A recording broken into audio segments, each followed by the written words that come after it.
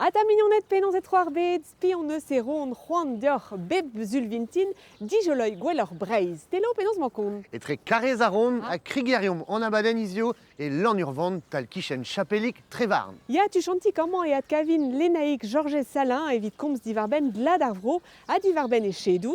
Mon arinme et dirinon d'ober an audegez gant Nolwenn Bernard, un tolimor il deuxième bandet nuskepel, nusket trawar avechet et bedarzon de rezen gounel. A disqueze de vodor un tel film BCVnet gant Ronan Irien, eulieden Jean Pouliquin bete Galicia, évite la cadargos var Piririnach San Jacques Compostela, Prestor, c'est tu balivreis.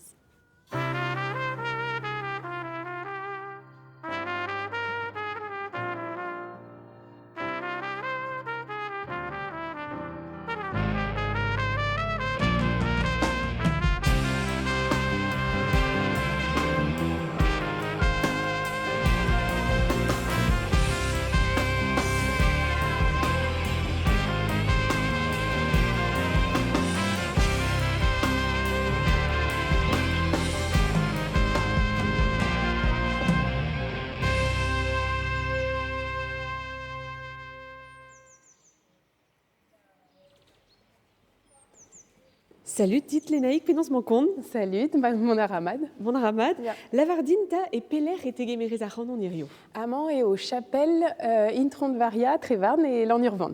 Matri, Petra zo da vele der chapelikman. Dagenta et l'on lavar et niwake der chapelle Nili Zewa, Ya, Peguiramant et wa Paris Trevarn. mat. C'est Tuperag et au Ken Braz. Petra zo da vele de barzar chapelikman neuze.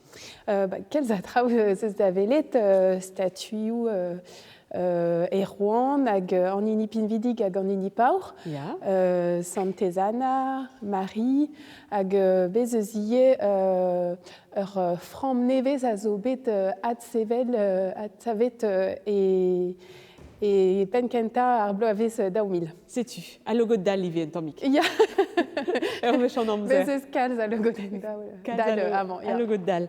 Te neuze a zo ezel deus ur gevredigez a ravardro ar chapelik, zenie. Ya, ober a rand var dro, met non ket da unan Matre, neuze eus ur gevredigez, penons an vet ar gevredigez. mignonet trevarn hag ar glad. Matri. Ober a rit trawal, ouz pen gweladeni ar chapel. Ya, ober a reont var dro ur kandi, l'air et kanet neud lin, Mat. et tre ar c'hwezet bet kanvet a tre wer vet kanvet, hag ez eus ur kandi toast eus ar chapel a zo e penbran. Kandi penbran a zo bet kempenet gant studierien eus lycée Carliver et Envec. Adamzan j'ai traoù evit ar vugale Ya kiniget evez a vechou ober balead de nou Ya. et l'en urvan. Hag atelier Arzou, Land Art, Ya. gant vugale eus ar vro. Betek Brest a vechou de ar reont ar vugale, da ober fivelou Ya. et mandalaou. Pe tudenou gant traoù avez dastumet barzan nature, keneut, pe delioù, A pe bep bleuniou. Ya. Hag an drazi a blij Ya, ya. Lénaïque ouz pen ober vardro ar chapelik e rezive vardro chedou. Ya, va michar eo, a bao e daoumil unan var dugen. Matre. Ad kimered meus chedou va keren. Hag e daouvil pem varnugen ez eus bet kalz touristet e Breiz an drazi a vo gwelet dustu gant Matueri. Kaji kenma deobe d'an envezman a gini daouvil trivarnugen pa oa bet ur record a dourist e Breiz. Daouvarnugen milion a pevach an milnoz ve zo bet gwerzet gant an dud a vicher etre miz ebrel a miz gwen golo, pa vefe al letioù en tachenou kampi pe en tiez bot. Kroget ma doa c'houlzat e fin an nevez amzer, met evel just eo etre kreiz miz gwere a kreiz miz yost e obe d'an douristet ar stanka. Eus Frans a bez e te pevarugen dregant deus ar vakanserien ze, me kreski a ra memestra an niver a dud deus ur vro estren evit gweladenn i Breiz. Eus Alamagne, Breizveur, an izel vroioù, Belgique a Suisse et te an dreistol. Ar chifrou mat ze a vestad e die e rand vroioù all e anternoz France, evel Normandie, Brobaris hag Rareter. Pez a zisko ez hervez an inse e klask lot touristet pella deus gor regre a c'heisteiz. Andrazet eus sante divelenaik ez eus bet muur adut e daouvil pemvarnugen e Breizh? Ya, bez eus bet kalz adud e Breizh hag en va ched. Ya. Va chedou. Evel gouder Covid e daou mil unan varnugen. Penaos e tisplegez Andrazet, on a reont da dlask amzer fresk? Ya, damzonj bez eus Andrazet. Ya. De a reont e Breizh evit Andrazet. Hag ie evit kavout vakansou sioulor eget e mor kreiz doarel. Ya. A o chougan ne bedor adud. Hag c'hoant o deus da dijoloi ar vro. Ar vro. Ya. Penaos o denem gavete da d'ober ar vicherze? Va keren o doa archedouman. Ya. Hag abaoe moan bihan chikour a raen Ah, ya. ya, un tammig a nezo. Hag me choazet da chanch micher pem bloaz zo ad kemeret em eus archedou pegur a plijarae din ar vicherze. Petra blij dit neus e-barzh ar vicher? Degemer an tud, ober tiezou brau, Ya. evit eve fait passer de vakansou mat ganto, Ya. hag gomz ganto, dijoloi petraio o vue siye. A digemer a rezane o mad eus pen? Ya, plijar a din digemer mat an dud, hag lakad a nezo da dijoloi produioù ar vro, Ya. laket vezer bier strevarn war an daoul, Matre? ober ar an gwestel, ur farz pe Ah, ya. trawal e pa d'ar sizun pa oan amañ. Matre? Hag un doareo ie da gomz ganto. Da stakat eus betro da zigemer pe d'ober kejadennoù un tammig souezus pe dir hortos? Bez eus ur retredat Ya. a zeu en dro pe war bloaz. Mat? Hag deus ker Lyon. Ya. Hag deskara ar brezhoneg gant méthode assimil. Ah, ya. Ya, setu fentus eo a curious eo kalz a goulenn e deus da diverben an oioù a lec'hioù. Ah, hag, ya. Plij a ra din gomz Gantan? ya. Matre? Hag vez eus ie ur plar a teu a ben nebeut. Ya. Goulennet e deus bez a tostor eus ospital landerne peogwir gortoz a ra ur mabik. Ur mabik hag teu a ra de Saint-Ségal. Setu tost eo, met Ya. c'hoant e deus vez a tost evit gortoz e babik. Hag e vo l'er sioul ie eviti moarvad? Ya, damzonj hag degemeret vo ur babik setu setu. erched e penbron. Ha e d'ar bloi e vele stud o vakansi? Da stakat eus amzer temont da vakansi ie? Ya, un tammig. Ya, mestra. Ya. E pelec'h ez eus tu kavout titourou var da chedou? Var ar web, jit de penbrand. Jit de penbrand? Ya. Matre? E ma trug ar evraz dit lenaik ken ar vechal? Tregare, merci. Ha vremañ e vo ad kavet telo evit lodenn ar sonerez.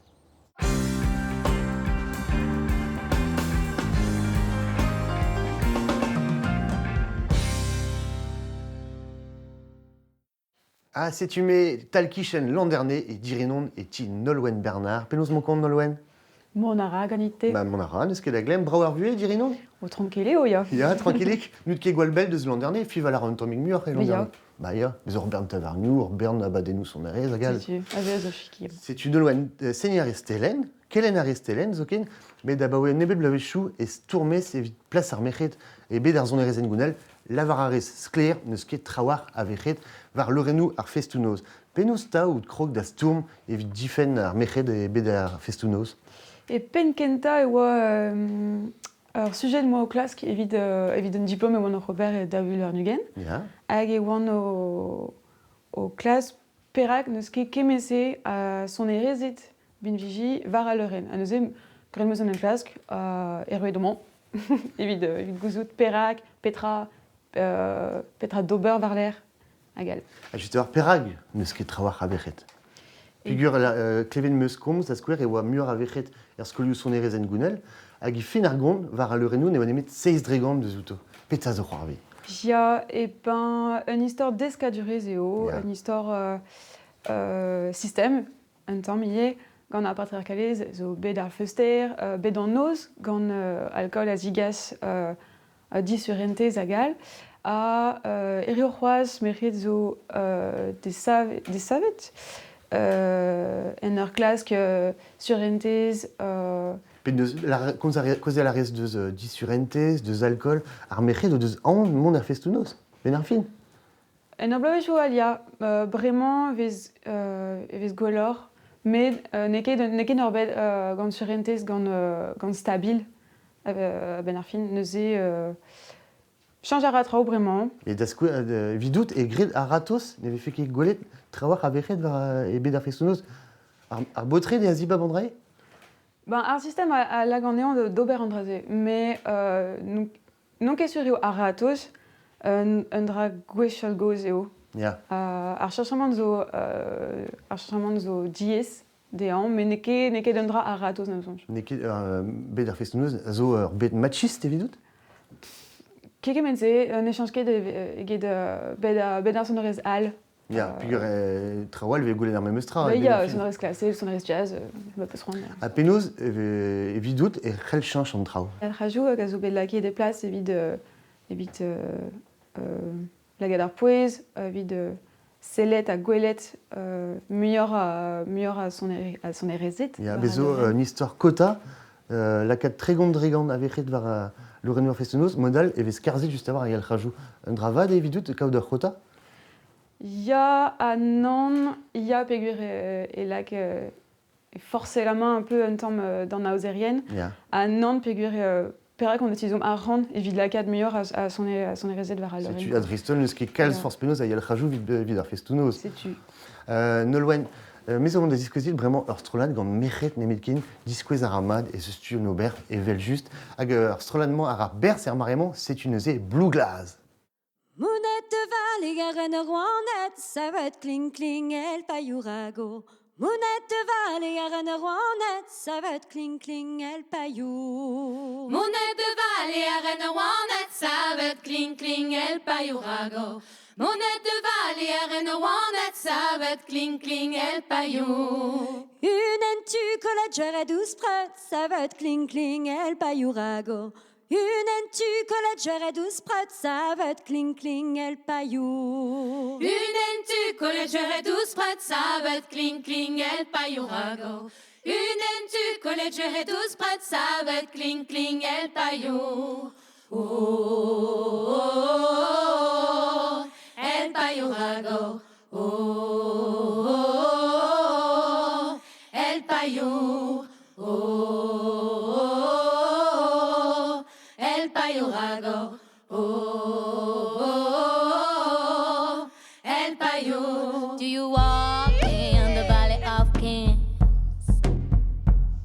Do you walk in the shadow of animals of their lives to a dream? Do you ponder the manner of things? In the dark, Un os, un os, un os. monnaie de l'âme, en terre, ça va être cling cling el payourago. Monnaie de l'âme, en terre, ça va être cling cling el payou. Monette de l'âme et on est mis en zer, ça va être cling cling el payourago. Monette de l'âme et on est mis en zer, ça va être cling cling el payou.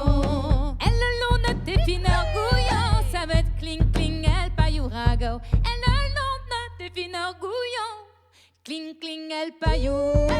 Elle a l'honnête des fineurs gouillants, ça va être cling cling el payourago.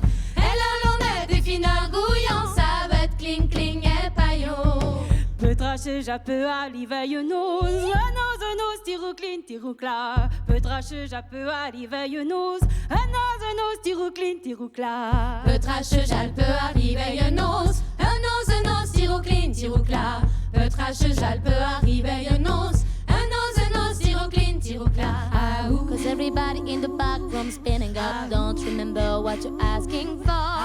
And everybody in the front room stripping out, you left your bottle at the door. Cause everybody in the back room spinning up, don't remember what you're asking for. And everybody in the front room stripping out, you left your bottle at the door. Un alitant, ça n'y pas, ça va être cling cling el payourago. Je mets 2 ans, ça n'y ça va être cling cling el payou.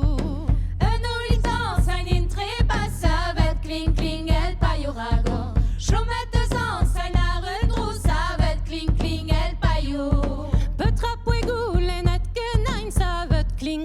el payuragor. Imenu peut la querer join, ça veut cling cling el payou. Petra pue cool et net que night, ça veut cling cling el payuragor. Imenu peut la querer join, ça veut cling cling el payou. Petra che ja peut arriver yo nose, nazanos tiruclin tirucla. Petra che ja peut arriver yo nose, nazanos tiruclin tirucla.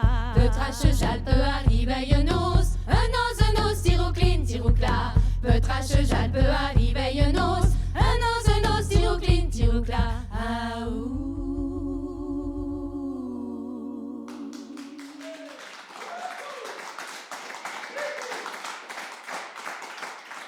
C'est une loi neuskepel, zo bedem bornet de rôle gant kanerezet a sonerezet d'arvro, evit chikour juste à voir auzerien a festonoz. On arrive zone ravat sur voir. Ja, laborafaison neo esor eo dans nos ariennes kavout strolad pe meridou a bepsert Ja. son aris. Avechou ve klevet force penaos, ar mechet nin keken bareg ar botret, petra peus da respond de sort trao. Faux c'est où Bah, déjà? ya, klevet dans le zbouglaz, hein, da square. Déjà, ja. Avec ouspense une histoire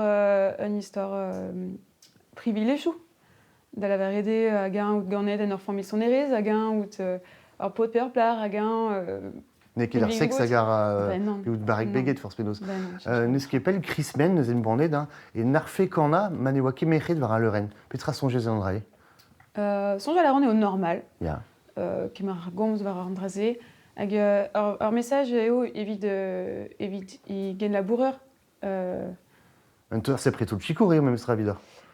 Ja, non, ça dépend d'ar modal vez potre da gazo. Je vais la rete andraze. Azi en tomig ar pot ar gemer ar goz, evit ar mechet en tom. Jia, evel fleuve, Ya, ar strolet fleuve, a gazo mil an avezet, sais-tu. ar rezeo deus di babel, il est monde vers le... Non pas, monde pas, ne oa Ja, kemechet. a poez du sort eo eget kaozaden krismen d'amzonj. Ja. Eget ar gwir engagement. Sais-tu. La tropes de la bourradier var bed ar bagadou, merzet peus, ne oa ket kalz a vechet kenebet e bed ar bagadou. Non, non. Goulo, attends. Ya. Meus ket chvet kunta, hag neuze meus ket d'an vez a walar evit vez a Mais sur. meustra bezolo da lavar, ouais, mon arez rebel, mon arez bete konta pet plar, a zo e pet bagad, petra peus da respond da reze. Ne met chifro eo. Ya. Bet meus frazenou crin evel met a neuze difnet gronz eo d'ar bodret d'oberzon erez, mais chifro e nemeken, enfin, ne kompren ket. Ya, ya. Mais pois vise kaut chifrou Ya. pur diskwez a radavat, petra Ben, parvez ya. e bet ar fin. E ar blavechou deket reugen, na loen, be oa bagadou gant mechet nemeken. Petra songez deus an drae. Eh ben, bagad redon oa sapre actrice savet pegur ne oa nemet bagadou evit potrit. Ya. Hag andraze en un classement ne ket nevet tamm ebet a ben ar fin. Neuze, ya... Da skouer mezo segne bagad kemper, ar plar kentaz an em gavet ar bagad, ez ur blavechou dekape var rugen. Ne ket kost an ebet, da. Non, gouzo d'arran ar bagad oa en inidi oueza da la var nant ar verret neuze moun. Me chercher des abaoué. Ya. Petra e an dazon, just a war, evit ar mechet e bet ar bagadou. Mon ar avarog? Ya nan sonj, Ya. ar représentation zo ne ket fal tamm ebet. Disinvel eget bet a fes nozeo. Ya. Pegur mior a son adegouzo. Ba tre, a kendreche la rez da labourad neuze var an draze, marteze peus petra peus da emband da re hag a zo ouz a festounoz, eze kaout mechet me meustra. Beia, dija gant ar rol eus Tom Cruise, ar rol modal media, ie, hag a zo un tamm brasor. Sais-tu. Mechet da vogolet force penoz. Bia. Ne loen seni ar estelen, ie, gant piou peus tro da zeni. Saniarang gant Malo Gentil en an zawad Bernard Gentil, Ya. un tamm elektro engounel. Raktrice ou meus bet gant ar bagad bran a berioù deus plavenek. Ya. Son meus an tamm gant Gwagen, ie, ar strolad. Bremañ neus an nemet gant Malo, hag eulia a ran ar keltiek deus landerne, Ma tre. gant Malo Argal a Garlon. Garlon ma tre. Bon, Bern trao, a kelen a rez, ie, telen, e plus an e, ma meus. Sais-tu, Merci dit, ne loen, ur bijadur a tao, hag emichans e vi klevet, hag momavant bremañ da eulia, you an denez er fao a c'her keltiek zo labourat var diliat neve. Bloavechou dekap a varugen eo e oa bet savet kelc'h keltiek bro ar stergoz fao. Steren kerlouegen idus kroget da zansal gant ar c'helc'h da bev ar bloa. Rankedi de skuitat breiz evit e studiou, met buan eo bet desachet drom beteg ibro. Ar fet beaji vel se gwelout engounual se venet urioal, neus roet randin distreiñ evit ar vro hag kompren gwelloc'h ar pez e veze gret gant an tu trodrodin, a deus peler eo an oton, a setu perag an distroet ive daz an sal, hag plijet tre on gant historiouigou ar vro. Un anterkanadu da gaver e kelch bro ar stergoz. Lod a zo aze evit deski dansal, pegruiat, lodal la gemer perz e c'honkourioù dans. Rak tres divezan ar c'helch a zo bet farda diliad engounel di a zezet var gichou Castellin. Je suis contente qu'on a mis un gouchal dans la caméra. Bah non. Oh non. Bah ya. À quoi ça donne de quel Le na labour zo dija begret gant an dud hag a zanse hag a zans c'hoaz, neus e a drugaret al labourman, ar pez hag a oa bet dastumet, c'hoant on eut bet a d'ober diliajou eus ar blavechou mil a eskandek a pe var ugen, pegur ne oa ket gwisket gant tud kelch Castellin ken e beut, a neus e c'hoant on eus bet labourat war an diliajouman. Kejet meus ivez gant tud bel Gilles Le Goff pe Christophe Le Guern hag o deus desket leun a draoudin gant ar fotoioù ar pez moalennet a seur trao eskemet meus kalz ivez gant labourerien douar ar vro hag o deus displeget istor ar vro, istor an diliajou a trao a seur tse. Neus evit kregi evez laket a rogerez just dirag a he, stagan a rezanet. Ne vefe ket klok ur zen gounel ebe c'hwef. Az e c'hoaz ezo begret o labouren klask piz evit douja ar gwell la pochu plus an engoun. A pas o koz eus koefou e o red bezan ressis.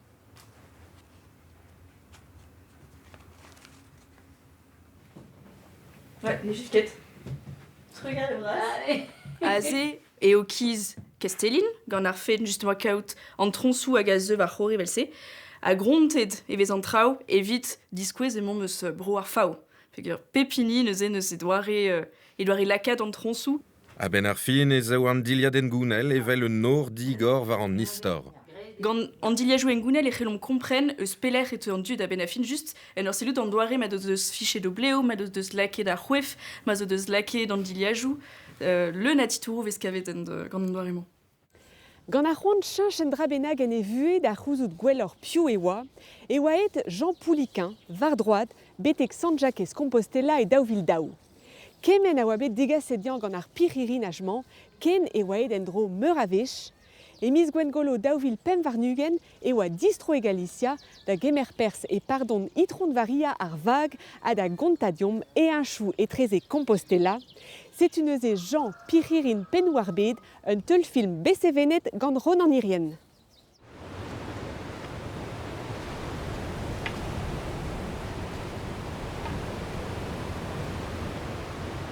Mais o deuet amman dija pemzek vloazo. Hag ez on laouentre da zon endro, a blamour amman, e mouchia, e bro Galicia, e vo urfes hag ur pardoun braz. An vet Romaria gwerez ar vag.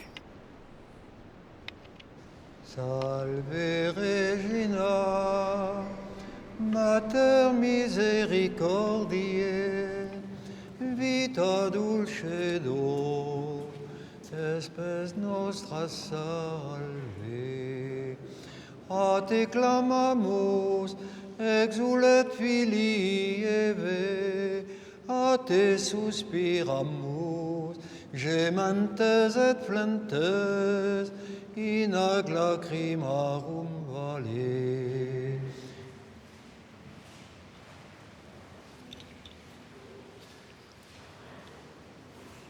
Ar verezvari evidun akun aleiz.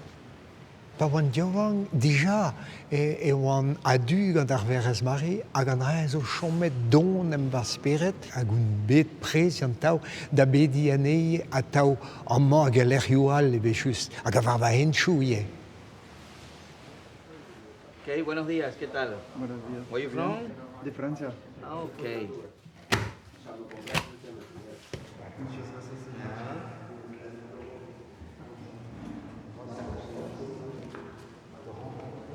Me admira el espíritu y la intensidad con la que hablas del Camino de Santiago, porque te ha hecho mucho bien. y te deseo que tengas por aquí una muy buena estancia, porque la gente de aquí también es muy buena acogedora a los peregrinos. Felicidades. Gracias, señor. Muy.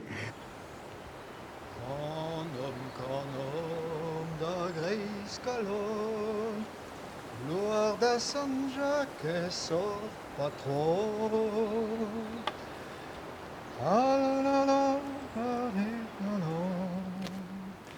Kinnig eus da Jean, don endro da mouchia da gemer pers e pardon intrun varia ar vag, a da guntaden e enchou e trezek Compostela. Eus daouvil daou da daouvil triver, e oet Jean un nek kwech var droat da San Jacques Compostela, a zaleg meur a guerre hag an meur a en. Baled en eus 12.000 km var e dreit enol.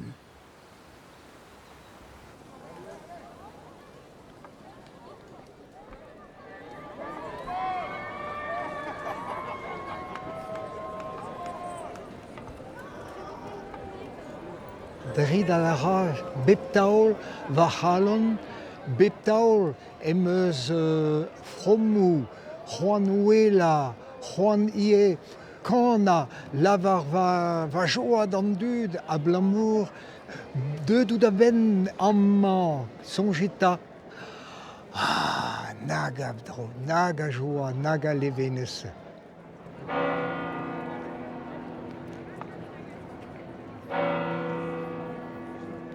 Un nek gwech un deud amman da velet an apostol San Jacques. Hag evit an ahe em eus un nek amman testen leorig eo hag ran lakat bemdez e lerc'hout den gavet.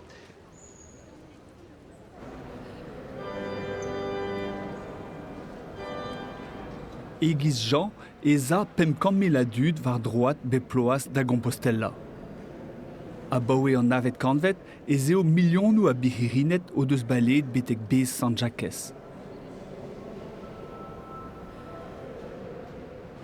Jacques an ena, a bostol da Christ, en oa kemeret e vaz da redeg an enchou a da brezeg an aviel en Espagna betek pen ar bet.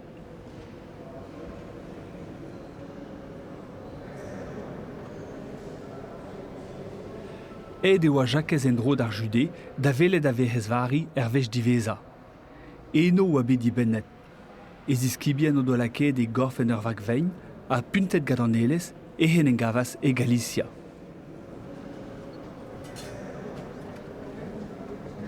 Eno, l'er ma viche bet interet eo a besavet un ilizveur dehan.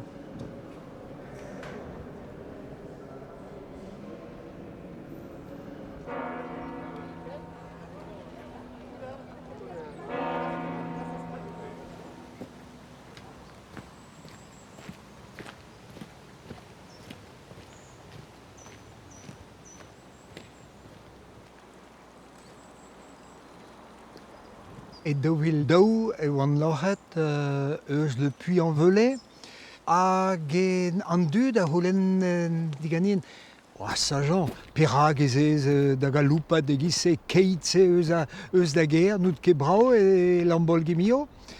Hag em oa respuntet deo ma koulz e lavar deor ar wirionez noez an ket perag ez an. Met tamm a tamm em sonjet mestra e oez an perag un tammig bihan.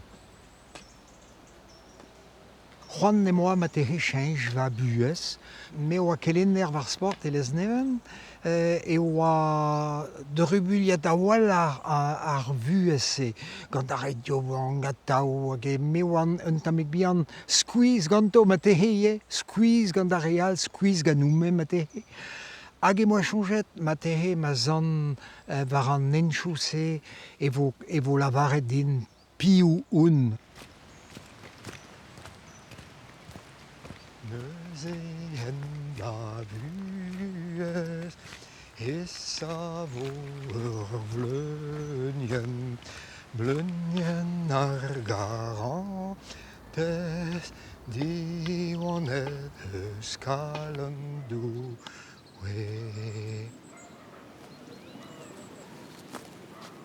A goudenn war an nen em oa c'hoant nie da keja an dud da velet penoz e real Dost agin disembel eus ha noume. A tam ja eus gwelet tud ar feson. Hag a real na tud ie hag e oa trist o c'halon. Ablamour en obuez e oa trao kalet. Lod e oa dimezet med eat kuit eus an neuret. An dud alen doa bugale hag e oen klan hag en doa c'hoant ie da vont da bedi evito.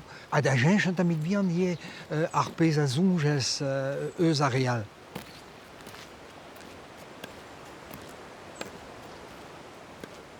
Meg a vedin evichen mest war an trao war an en genta a gwir eo kech de moa un toulatud hag an dra e veze brao din. Mez an neil gwech pa oan eat eus Paris e pat 600 km e oan a va unan. A setu am me sonjet an dra hez obe ar furnez ya ne ket te Jean-Pauliquin reio hag a ra an nen a reio pez a gar dit. War an neil en San Jacques am eus bet daou ugen an poulen. Vaz ret evan uget goa tout. A vechou roulen an di war ar speret. Petra foul an diol e motor robar war un nen kemi er se. A blamor e oan squeeze, pio gwir ez ale ke mad an trao, moa ke dour beken, seur da zrebi, setu evit va speret e obet kalet ie. Met en ur sonjal er real, atao ez en un tamm immor adare, setu ez en, ale, deom adare, Jean.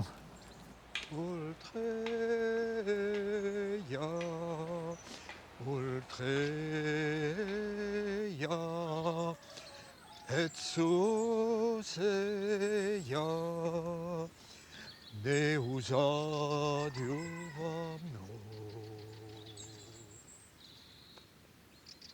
Den vidig brau. Eur eus amman am eus gwelet trao brau. An natur, ar glachez, richerioù, aie batimanchou, brau kenan, manatiou, ilizou, chapeliou, fonteniou, an dra oa brau kenan, pendaben eus va ent.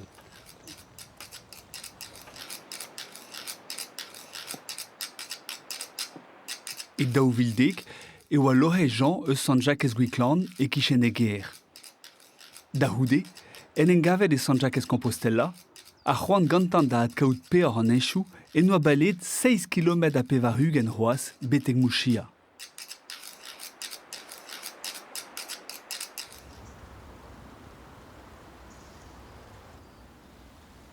Mouchia ven de Monchia, que significa terra de monxes.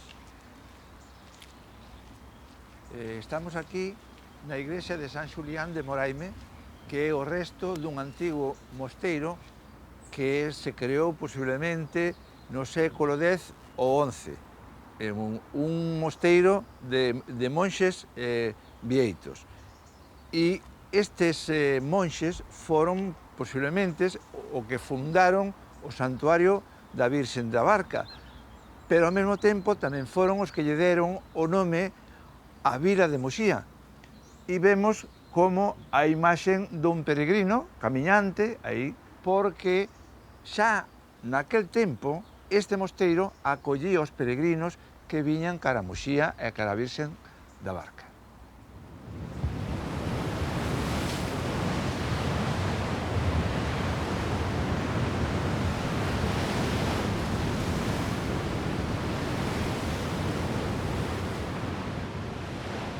Bueno, esta es la piedra de Avalar.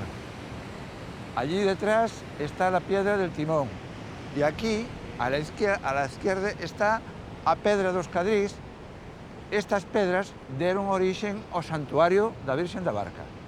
Conta a lenda da Virxen da Barca que chegou aquí a Virxen nunha barca de pedra a través do mar. E entonces, ao chegar aquí, encontrouse co apóstolo Santiago, que estaba evangelizando por esta zona. O apóstol puxose de xeonllos ante ela e ela deulle ánimos para que seguira evangelizando, estendendo o evangelio por estes povos. E deixou unha imaxe da Virxe aquí para que se fundara este santuario. E as pedras quedaron aquí depositadas. Como se ve, esta era a barca, Pedra de Avalar, a Pedra do Temón que daba alá máis alá, e a Pedra dos Cadrís, que era a vela, está aquí. Vale.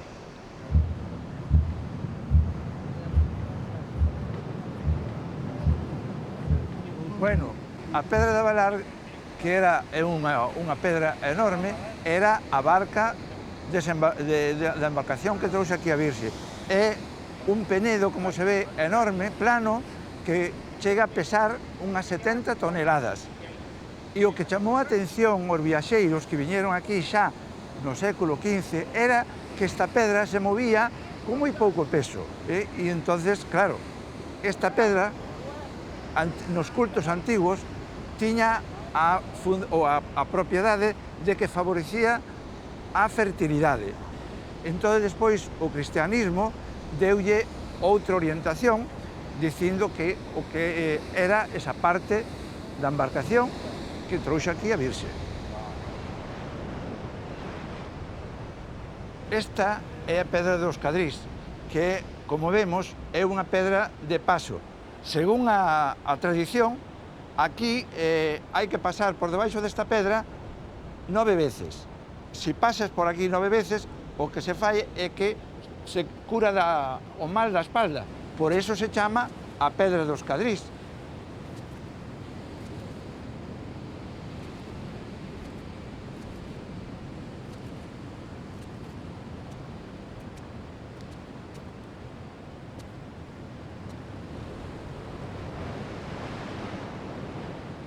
La piedra aquí en Muxía, ¿es la superstición o es la religión? Bien, es cierto que la piedra de Avalar, con esa oscilación que avisa, pues a lo largo de la historia se han dado casos de un robo aquí y que la propia piedra empezase a avalar y los vecinos vinieron y localizaron el robo. Eso es cierto. O que acaba de volver a avalar después de 14 años sin que nadie tocase nada, ni una ola, porque no hubo mar fuerte, ni nadie viniese para mover, y sin embargo ella volvió ella sola a avalar. No sabemos el porqué, entonces como creencia yo tengo que respetarla, lógicamente, y darle su importancia, pero bueno, sin olvidarnos que lo esencial no está en las piedras, sino que lo esencial está en el mensaje de la Virgen al apóstol, es decir, de ser testigos, ¿no? Es decir, de dar ejemplo con la vida, ¿no? Como lo hizo Santiago al volver a su hogar. Songemeus e oa bekrouet breiz gant san duet deus Cambrai, hag Iverzon, var laoueriur meinier pernvet hag c'hwervet kanvet. San Paul, San Veltas, San Ronan, San Konogan. Ar vojen se zo en tammig evel neuhe. Martezen e c'hellom ket kredi an draze, met dimma, ar vag eo va buez. Hag ar verez a zo emrichen o buntan bar ar vag, o lavardin pellor atao, uellor atao po.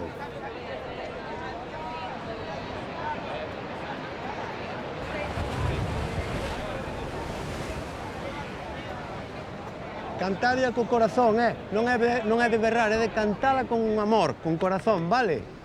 Millor que a vos non a pode cantar ninguén no mundo.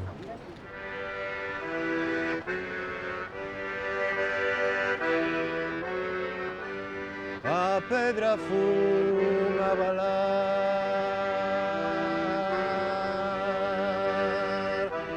eu fun a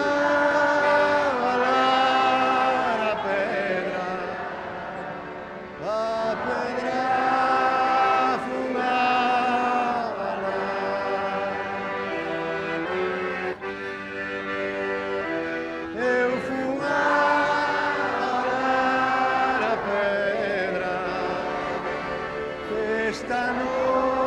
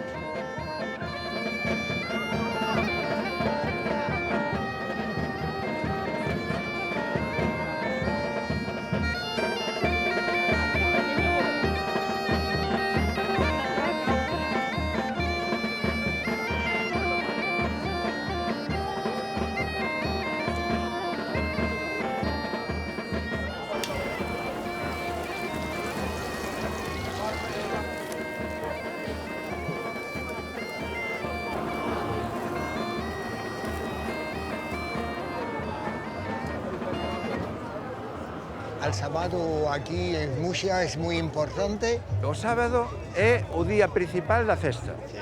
Do que é a festa e a romería, é o día principal. É dicir, agora, xa de tarde, está chegando moitísimos romeiros que veñen a pasar o que queda de tarde e toda a noite. A barca é posiblemente a romería principal máis importante de Galicia, non solamente polo sentido religioso, sino polo sentido festivo. O ano pasado calculouse que aquí, o sábado da barca, había aproximadamente 50.000 persoas celebrando a festa.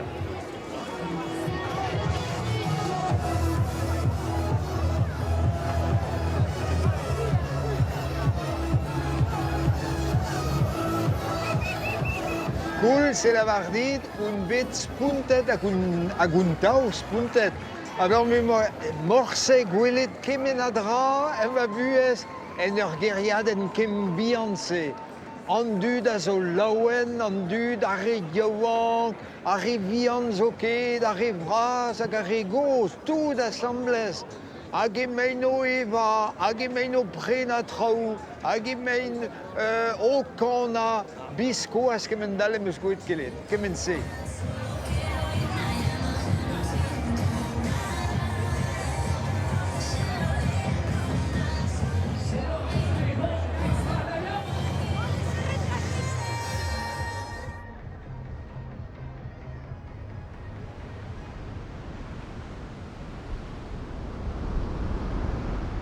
Las romerías aquí en Galicia juntan lo profano con lo religioso. El motivo es porque hace mucho tiempo para atrás, cuando había mucha necesidad y esta zona era muy pobre, cuando hacían fiesta eran en los días de fiesta religiosa. Y entonces se comía mucho mejor, se bailaba. Entonces en Galicia siempre se juntó en las romerías sobre todo de religiosas y populares, la fiesta religiosa, el rezar, el acudir a la Virgen, el pedirle, con la comida y el baile, han sido casados siempre así. Y después aquí, particularmente en este santuario de la Virgen de la Barca, se da una circunstancia que el que solamente quiere fiesta profana ya se queda en la zona de la fiesta, ya no viene hasta aquí. Pero el venir aquí siempre es con mucho respeto.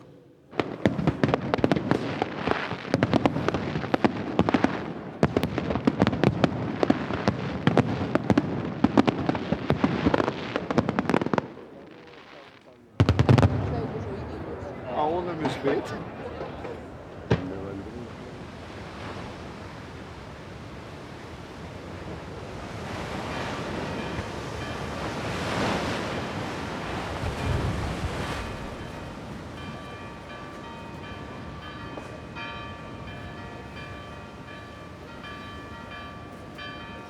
En este día grande de Nuestra Señora de la Barca, nos hemos reunido en torno al altar del Señor para escuchar la palabra que Él nos va a dirigir, participar del pan de la Eucaristía. Ganar las gracias jubilares. Mais au grande de Gimio, templos et moi, hag me songe a tau eus pardon Gimio. E pardon Gimio e oa un Auvergne bras, hag a oa gouspirou goude, hag a goude ar gouspirou na, e veze un tamm festie, hag e pad an Auvergne, ar raoug an Auvergne, e oa ur procession brao eus ur feunteun sacre, Sant Milio, e oa an ar feunteun sacre, hag e zeie an dud ar gant o bagnelou, betek an iliz, hag e oa kanet, Kanom, a traouegise, setu me oa gant va ta groz, enez e jache va dorn din da vont betek an iliz. Hag an rez o chommet en diabarz me, a blamour an drehe oa poezus-tre da va ta koz, da va zudie, a dimmen divezator goude, a blamour e oa liam, etre va ta koz, va zad me, va mam eveljus, va mam goz, va roarezet, a me, a setu pardon Gimio e oa un drabenag spontus evidom.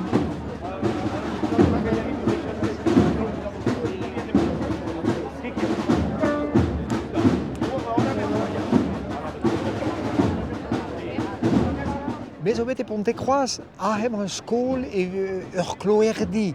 Evit Sevel Beleyen, Begoudé a Vacho, et moi Kejet, Urplachik Brau, et Anno, a zo Marijo. Hag unnes a zo deud va gre goude a setu meus lavaret da notre doué, ma kavet meus ur barados en ur laral, setu egisement a setu un eurus evit an draheie.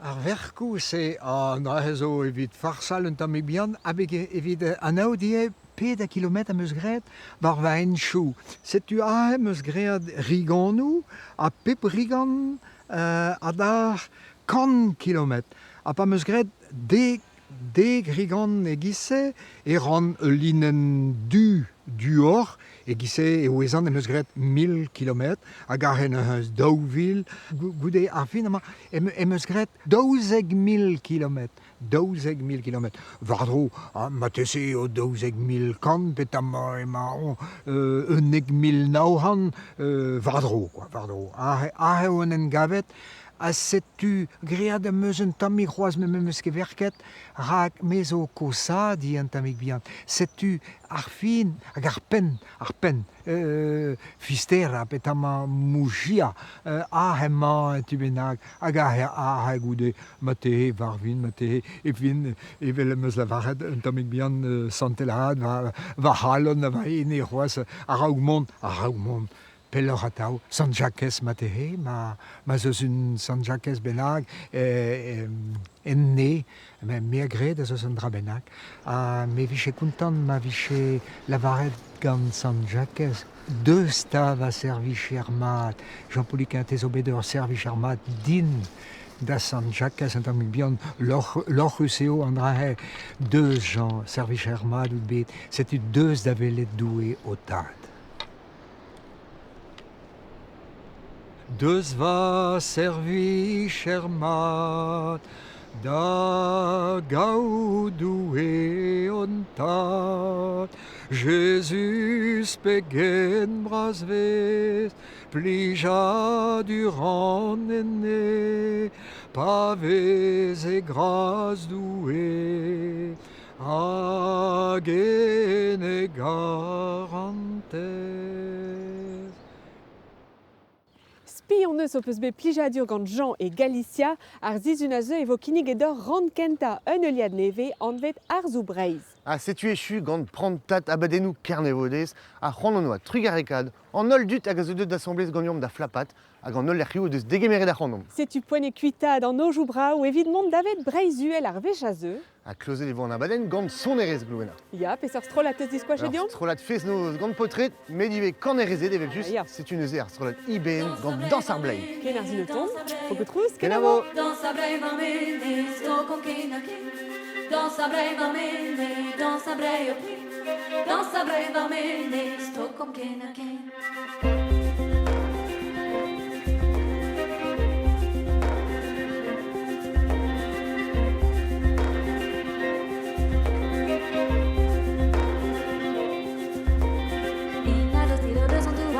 Chega pra dar essa garra, chega pegar um troar majudu, tari baka son itudidu.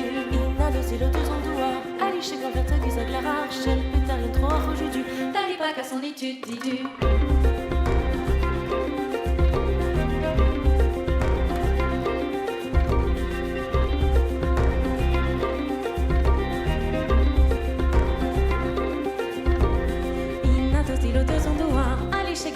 de la hache, elle pète à rien trop rejetu. Dali pas de classe, mon étude, titu. Inado stiro de son doigt, hariché dans le taille, sa crache, elle pète à rien trop rejetu. Dali pas de son étude, titu. Ma dit vous ponti dans ma l'organe, les vents, nos faux que neve le noir, mais do you da la cause que les causes, elles ont un valeur évident. Pas dit vous ponti dans la loi, quand les vents, nos faux que neve le noir, mais do you da la cause que les causes, elles ont un valeur évident.